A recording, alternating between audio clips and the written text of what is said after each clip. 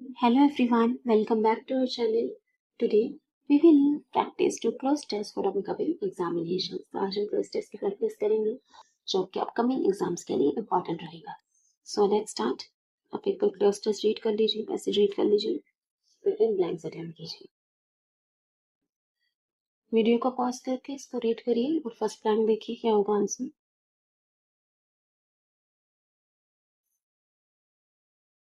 Second,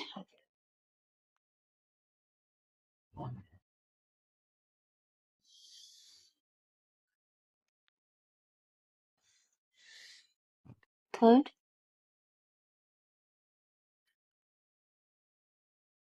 fourth and fifth.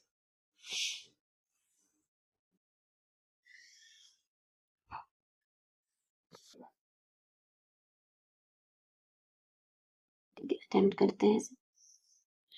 Deoxyribonucleic acid (DNA) is a very special molecule. It dash as the code for all life on Earth. DNA जो है एक बहुत ही special molecule है. वो एक code for life on earth act करता है. मतलब जो पृथ्वी पर एक जीवन का एक नक्शा है, एक कोड है, उसकी तरह ये काम करता है. It dash as the code for all life on Earth. क्या होगा answer? It acts, it keeps, it delivers, it present. वो क्या प्रेजेंट आंसर हो सकता है? इट हमारा सिंगुलर नाउन है, सिंगुलर सब्जेक्ट है, तो उसके साथ हमें सिंगुलर वर्ब चाहिए. प्रेजेंट तो प्लूरल हो गया, प्रेजेंट्स होता तो हम इसको सोच सकते थे कि आंसर है, लेकिन यहाँ प्रेजेंट है तो ये तो बिल्कुल ही हट जाएगा. एक्ट्स होगा, कीप्स होगा, डिलीवर्स होगा. क्या डिलीवर किसके बाद हम एज का यूज कर सकते हैं? ये delivers as the god for all life on earth. Deliver के बाद हम एज का यूज नहीं करेंगे तो ये डिलीवर्स भी नहीं होगा.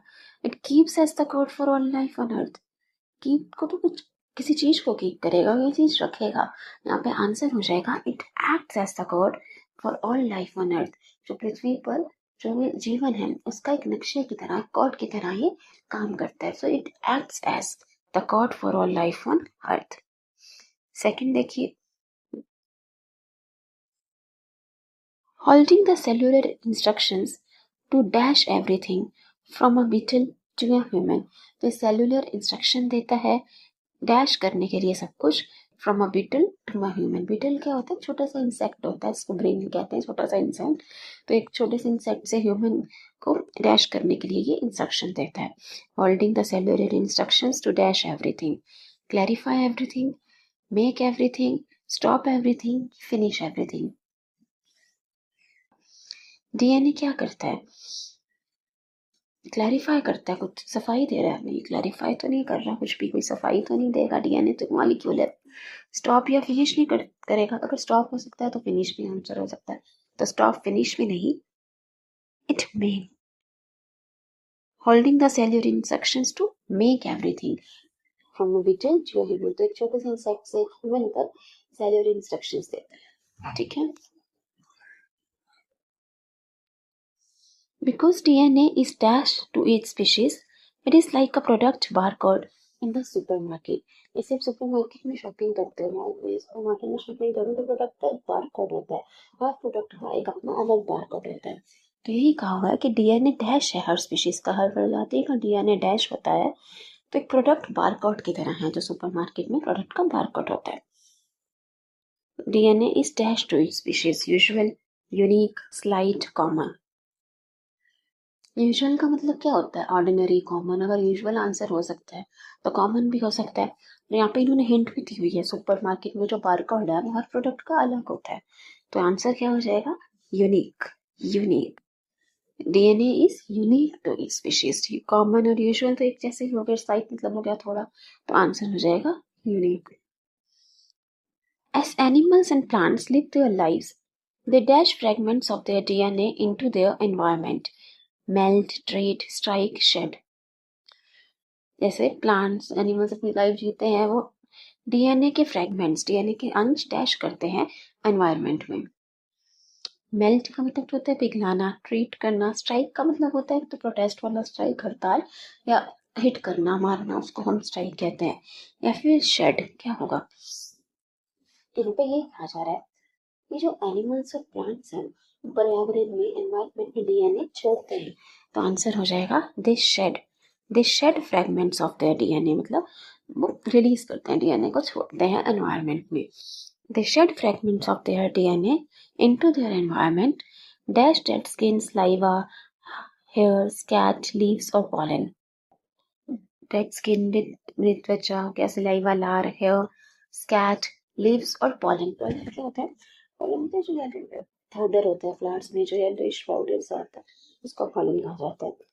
So the DNA into the environment dash dead skin, saliva के आंसर होगा। Above, father, through, for. Above का मतलब क्या होता है, हाइट के लिए यूज किया जाता है। अबव सी लेवल, जब आप किसी पर्टिकुलर पॉइंट से हाइट बता रहे हो तो अब हम अबव का यूज करते हैं, तो यहाँ पे हम हाइट बताने की बात तो कर नहीं रहे। और फार्दर का यूज हम डिस्टेंस के लिए करते हैं, दूरी के सेंस में, डिस्टेंस बताने के लिए। फार्दर और फर्दर में होता है, फार्दर डिस्टेंस के लिए यूज किया जाता है, और फर्दर FUR उसका मतलब होता है इन एडिशन, इसके अतिरिक्त। ये सेंस भी नहीं है यहाँ पे। थ्रू या फोर, भी हमने कहा कि एनिमल जो है वो शेड करते हैं डीएनए, एनवायरमेंट में छोड़ते हैं डेड स्किन, सलाइवा के माध्यम से, तो आंसर हो जाएगा through dead skin, saliva, hair, scat और pollen.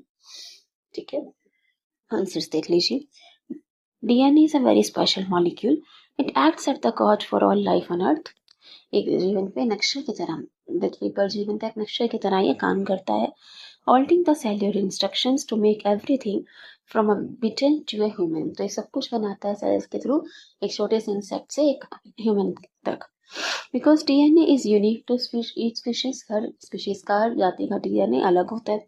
It is like a product bar code है ना, सुपर मार्केट, जैसे सुपर मार्केट में हर प्रोडक्ट का बार कोड अलग होता है। As animals and plants live their lives, they shed fragments of their DNA into their environment।